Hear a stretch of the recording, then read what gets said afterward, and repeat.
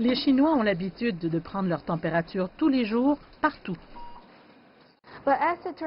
Mais en fin de compte, il est difficile d'obtenir une lecture précise avec un masque, debout et à distance. L'entreprise technologique chinoise Megvii affirme que son équipement est capable de prendre précisément la température de 300 personnes en même temps. L'entreprise est surtout connue pour sa technologie de reconnaissance faciale et elle a intensifié le développement de moniteurs de température alors que la pandémie frappait pendant le Nouvel An chinois. Nous avons répondu à l'appel. À l'époque, Zhongguancun, la Silicon Valley chinoise, avait demandé à toutes les entreprises technologiques de développer tout ce qu'elles pouvaient pour faire face à la pandémie. Et nous pensions que la grande migration de la fête du printemps exigerait des contrôles précis de température en raison du grand nombre de personnes. L'équipement de Megvii a été utilisé pour la première fois à Pékin début février, puis dans des hôpitaux temporaires de Wuhan.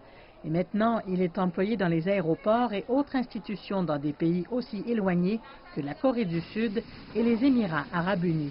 La Silicon Valley chinoise a également aidé l'hôpital Haidian à devenir le premier du pays à utiliser des robots pour aider de la désinfection de l'environnement aux tournées de livraison. Les médecins disent que c'est une touche mécanique qu'ils apprécient face à une maladie infectieuse.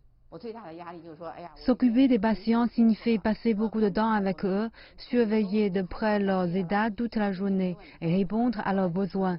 Ma plus grande préoccupation était de garder mon équipe de médecins en sécurité et de les protéger. L'hôpital, ainsi que de nombreux autres à travers la Chine, a également commencé à utiliser des scanners de tomodensitométrie, alimentés par l'intelligence artificielle, pour les évaluations et les détections dès février.